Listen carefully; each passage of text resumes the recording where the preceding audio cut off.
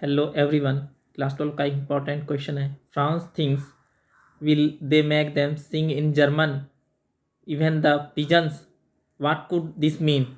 France सोचता है क्या, सिंग मतलब होता है गाना, इवन मतलब यहाँ तक कि पिजन मतलब कबूतर।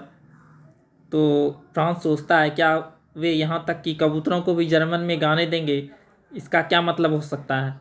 What could this mean.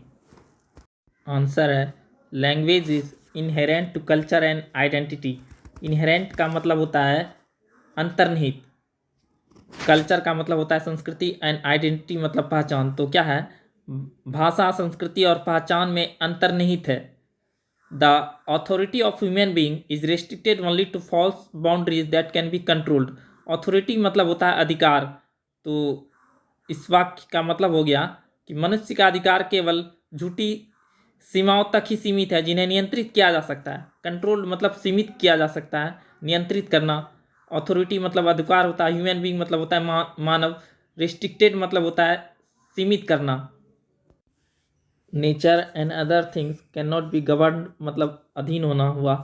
Some superficial law मतलब सतही कानून of the wilful people. Wilful people मतलब जिद्दी लोगों के द्वारा।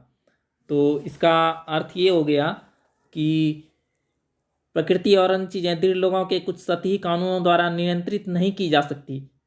बाद taking the reference of making the pigeons learn German मतलब कबूतरों को जर्मन सिखाने का संदर्भ देकर, रेफरेंस मतलब संदर्भ हो गया।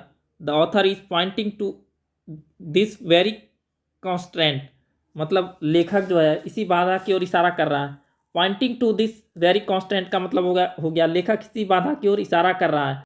Next sentence, this sentence could possibly mean that however hard the authority tried to embed German language in the culture of Alsace and Lorraine, the natural status of French for them will remain unchanged.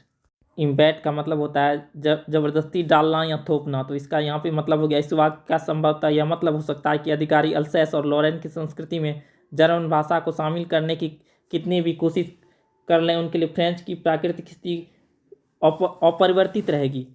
French flow in air, French जो है हवा में बहती है, मतलब हवा में बहती है मतलब फ्रेंच जो है लोगों के नस नस में बस गया है। And the entire place is imbue with its effect. Imbue का मतलब होता है कि गहरी भावनाएं, विचार आदि भर देना। मतलब ये जो है फ्रेंच जो है और फ्रेंच से जुड़े जो लोग जो बोलते हैं इसको, उनके नस नस में जो है ये फ्रेंच भाषा बसी हुई है। यहाँ इसका मतलब हो गया हवा में फ्रेंच बहती है और पूरा स्थान इसके प्रभाव से सराबोर हो जाता है।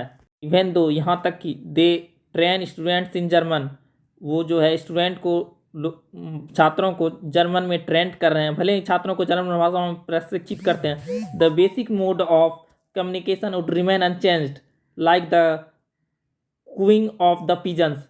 कूइंग का मतलब होता है कि कबूतरों की गुटरगू। तो यहाँ इसका ये मतलब हो गया, भले वे छात्रों को जर्मन भाषा में प्रशिक्षित करते हैं, संचार का मूल तरीका कबूतरों की गुटरगू की तरह अपरिवर्तित रहेगा। इस तरह से जो है ये जो फ्रेंच भाषा जो है वहाँ के लोगों में मतलब बस गई थी, इसलिए ये भले ही शासन चेंज हो गया हो लेकिन वहाँ के लोग जो है फ्रेंच को कभी भूल नहीं सकते। धन्यवाद।